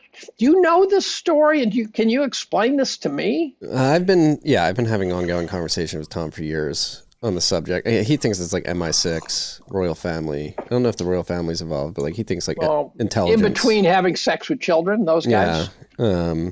I mean, his whole theory, which I'm sure you're privy to most of it, he thinks that Jerome Powell, U.S. commercial banks have been engaged. He thinks it's the Yanks versus London. Yes. And London is really the core of the World Economic Forum and that communist policy. Right. And it's pretty compelling when he's like, if you look at the moves that have been made at the Federal Reserve over the last 8 years, whatever it may be, and all the QE shit they did. Started with stuff. They bailed out Europe like crazy. Started with changing the reference rate from LIBOR to SOFR to sort of take control out of interest rate manipulation from the London banks, and then the higher the rate hikes very quickly, holding them higher for but longer. But where my brain cramps is I'm sitting there thinking, well, then why isn't, if it's London, or is London like the Vatican at this point? Yeah. You're going to have to ask your Club of Rome friend. He may have better insight into this. I don't know. Oh, that's interesting. I hadn't thought of that. Yeah. Yeah. Okay. I can't give you much clarity on it. I know. You know, I've not been able to wrap my brain around how a country that looks pathetic is running the world. Yeah. There's, like you said earlier, there's a chasm between like things that you can see and are visible and the end conclusion that I haven't been able to get over. So I went down the rabbit hole of the revised history of World War II. Ooh, that's a big one. That is a big one. I gave a 20-minute talk on the revised history of World War II. How do you do that in 20 minutes is the question, 30 minutes. And it was triggered. And what's relevant about it is that World War II is part of our origin story. If you two high water marks, founding fathers, World War II, end of tyranny. It's part of American mythology. I convinced myself that the World War II narrative is full of shit. Yeah, we saw Daryl Cooper, Martyr Maid, get absolutely rolled across the coals for going on Tucker and calling out Winston Churchill in the narrative. And I'm not sure about Churchill. So the reading I did not drag Churchill into the muck. But it started with a book I copy edited for Ben Steele, The Battle of Bretton Woods. Mm-hmm. So I read it really. The reason I copy edited it, the reason I say copy edited, because I read it really carefully. And turns out Harry Dexter White, the guy who battled John Maynard Keynes, was a Soviet spy. Now, it's a little vague. He was giving information to the Russians. But whether it was because he was loyal to the Russians or he thought that was in the best interest of the United States is unclear. Now, then my brother says, you ought to read this great book I'm reading called American Betrayal by Diana West. Diana dug into this without intention of unraveling shit. And she used to be on Lou Dobbs twice a week and stuff. She was very prominent. And her conclusion was that a couple critical things. One is that Stalin completely controlled the flow of World War II. He completely controlled the flow of World War II. One of the ways he did it is FDR's right-hand man, a guy named Harry Hopkins, was a Soviet spy in the purest sense. That everything that he told, and he was FDR's right-hand man. They used to joke about how he was the acting president, kind of like Blinken or something like that, right? So every decision FDR made was pro-Stalin, including where to drop him on Normandy and all this shit. So Stalin's master plan appeared to be to get all the European countries and America and Japan and everyone to kill each other. And he got us into the war with Japan. He got Japan to attack so that he would not have to worry about Japan being on its flank. And then the war could have ended, but he didn't want it to because he wanted Germany and France and England, all those countries to just wipe each other out. It dragged everything down to Italy with Mussolini. That's right. And so then the question is, who won World War II? That question is not who beat the Germans. That question is who won World War II. Undeniably, Stalin. He got half of Europe. And the Soviet communist sort of mind virus has spread throughout the world over the last 70 years. And so Stalin got what Stalin wanted. And then, so I'm having these semi-visible chats with Diana. She happens, this is one of these odd stories. She happens to mention a guy who was in my Zoom group named Stephen Coughlin, who was the Pentagon's goat on radical Islam. He was the man. And he was in my Dr. Zoom group. And I got to confess, he said shit that was so sort of deeply meaningful to me. And it just changed the way I think about the world. Just these little subtle hints that he put out. And she mentioned him in the book. And so I reached out to Steve and said, Stephen, you know Diana West. Did you read American Betrayal? Are they both credible? And he said, oh my God, yes. They're both incredible. And he said she had to go into hiding after she wrote it. And then she wrote an epilogue, and then I set up I don't even know if I set it up or Mike set it up. He just spotted it, I think. He spotted us talking, and he set up a three-way between Diana, me, and Mike. And then for like an hour and a half or 2 hours or 3 hours, we talked about her worldview. And for example, Stalin was not our ally. We might have been fighting Hitler together, but he was not our ally. He gave us nothing. He in no way, in any way, compromised on any point with us. So an American pilot would go down in Russian territory, straight to the gulag. Really? Yes. American soldiers found themselves in Russian territory, straight to the gulags. At the end of the war, we had an estimated 15 to 20,000 guys. We left in the gulags. For decades. I never knew this. I didn't either. For decades, rumors of Americans inside Soviet gulags just kept surfacing. Oh yeah, there were Americans in tons of them. And I asked her, why didn't we get them back? And she said, well, in part because Stalin didn't give a shit about getting anything for himself. He didn't care about trading. Russians, the program to send Soviet soldiers back to Russia at the end of the war was named, you're not going to believe this, Operation Keelhaul. That's kind of a warning that maybe it's not the best thing. Russian soldiers were committing suicide to avoid going back to Soviet Union because they thought that Stalin would send them straight to a gulag. I mean, they're all used as cannon fodder during the war anyway. How many? Well, the Soviets he also lost, killed 40 million. He killed 40 million people before the war started in his own country. Yeah. I mean, he was just sick beyond comprehension.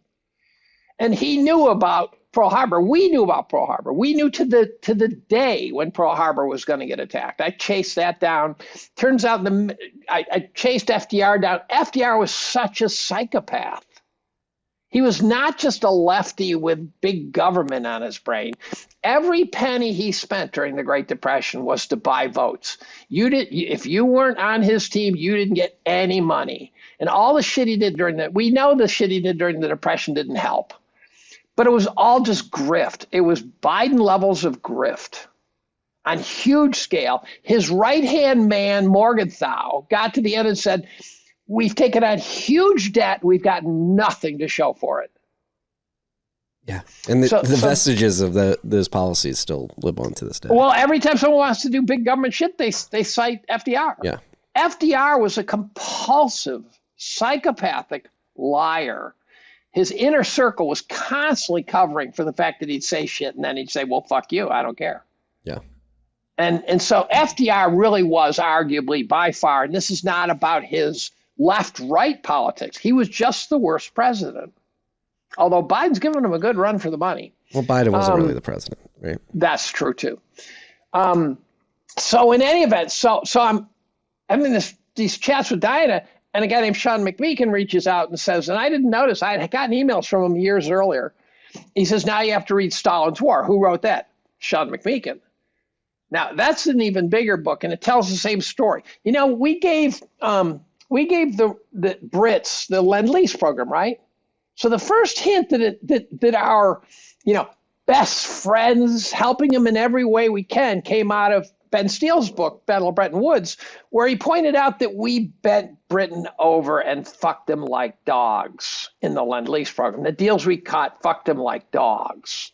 Now, what McMeekin points out is we gave the Russians about 20 times more stuff than we gave the Brits. Interesting. The Russian army was incompetent. We buried them in armaments.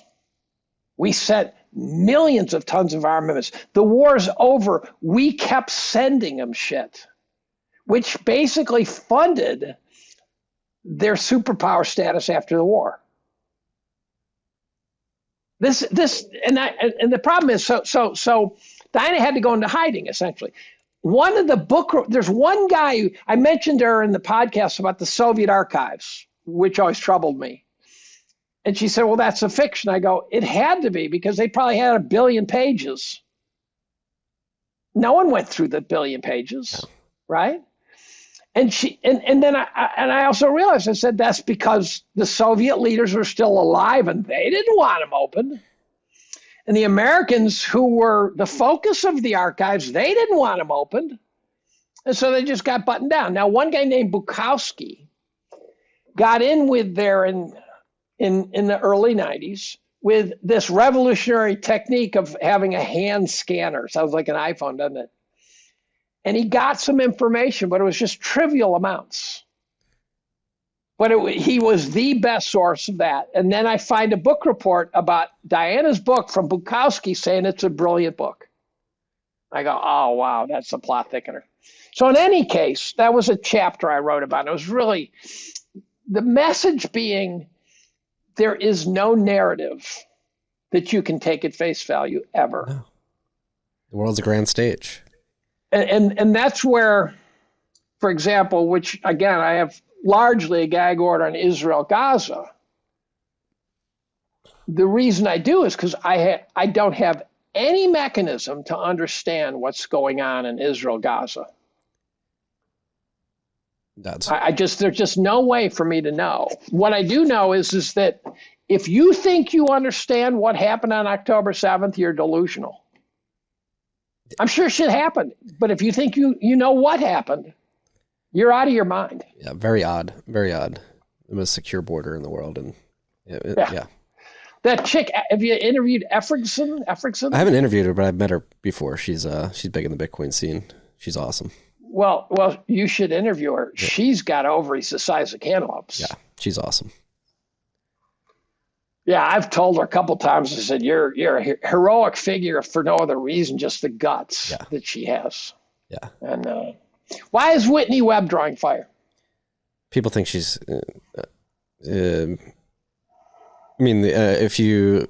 She's drawing fire now because there's people on the right who think this incoming Trump admin is a big win, that people who care about freedom need to, and free speech, need to be supporting. And she's attacking. Yeah, and they're attacking her for being a quote unquote black pillar. And I think Whitney is pointing out. Whitney's trying to get it right all the time. Yeah, like the Palantir stuff is what she's focused on. And I think right, and that fucks up part of the narrative. Yeah, and I think it's very well merited. I'm going to catch up with Whitney soon on the show. I actually got to get back to her. You should, and say hi. Yeah. Candace Owens. She said at one point she wanted to be president. Now she's gone down these very dark paths. Yeah. And one I'm going to write about is I am now confident at double-digit percentage levels of confidence, meaning somewhere between 10 and 99, right? That Kamala Harris was an MK Ultra product, right? I'm now reasonably convinced that story is at least credible enough to consider. I mean, yeah, you just go back to her history with, who was it, Willie, what's his last name? Brown. Willie Brown. I almost said Willie Green. Well, but mixing him up with Seth Green. Well, what's also true is that what Candace has been able to do is track down that picture of her with her uncle, that's not her uncle, picture of her with her aunt, that's not her aunt. Mm-hmm. And her mother was not a cupcake. Her mother was an authoritarian who had a position at McGill. And her dad was an overt Marxist, right? Right. Yeah. But a position at McGill, we go, what did they do at McGill? They did MK Ultra. Yeah. And then one day I'm on a podcast with Kunstler, and he mentions a woman named Elizabeth Nixon, who was Time Magazine's European head. I mean, she was not small at one point. I think she was Life Magazine's U.S. head. And in the middle of his podcast, so I'm on the podcast like 2 days after he interviewed her. It's spelled Nikson. I'm on with him. And he brings up her name. And then he starts talking about how all of a sudden out of the blue, she says her mother was a victim of MK Ultra. And he said, in Canada. I said, yeah, McGill. And he said, how'd you know? I go, because that's where they did it, right? She quit her job and studied MK Ultra for 3 years. That's a dark rabbit hole. Yeah, well, she also said Kamala has all the traits. Yeah. And I had been pondering it, but I didn't study MK Ultra nonstop for 3 years. Likes to booze. Many people. Multiple personalities, inability. She said she has no ability to access her intellect. Remember when the teleprompter went off? Yeah, and she froze. And she froze, and she became like a robot with a short circuit. Yeah. And I remember thinking that was weird because you and I could have ad-libbed that one. Yeah. Especially like in the context, you're campaigning, just say the most broad just statement. Start babbling. Yeah. Trump has made a lifetime of that, right? And but she was like, what was it, 32. Yeah. Someone nicknamed her Kamala 32 Harris. I think it's possible we almost had an MK Ultra Manchurian candidate. That would not have been fun. And she scared me more than Biden. How much research have you done on this? On what? On Kamala MK Ultra. Not a ton. Okay. But it's enough now where I'm going, okay, now I'm going to do it. I write my way to wisdom when I can. All right. Can we pick that up next show? Because I've got somebody coming in here in 4 minutes. No problem. I've got my 3:00 Zoom today, so I should probably recharge. And my brother just called. Let me know how it goes with the Club of Rome guy. Right. So, by the way, I still have the markets at 200% over historical average valuation, which means we're completely fucked. There's no way around it. Are you gonna tell people to buy Bitcoin yet? Not yet. What I'm going to do is I'm going to tell them when I buy Bitcoin. And you guys have to get through the next big non-Bitcoin global downturn. Could be upon us. And I'm going to be watching how Bitcoin behaves under those conditions. I also think, by the way, and this will piss off your audience, I believe that the bottom for Bitcoin, some next big low that if you survive, that low will include Michael Saylor being completely illiquid. We can talk about that another time. It's going to be very hard. Okay. Okay. Adios. Thank you, Dave. Peace and love, freaks. Yep.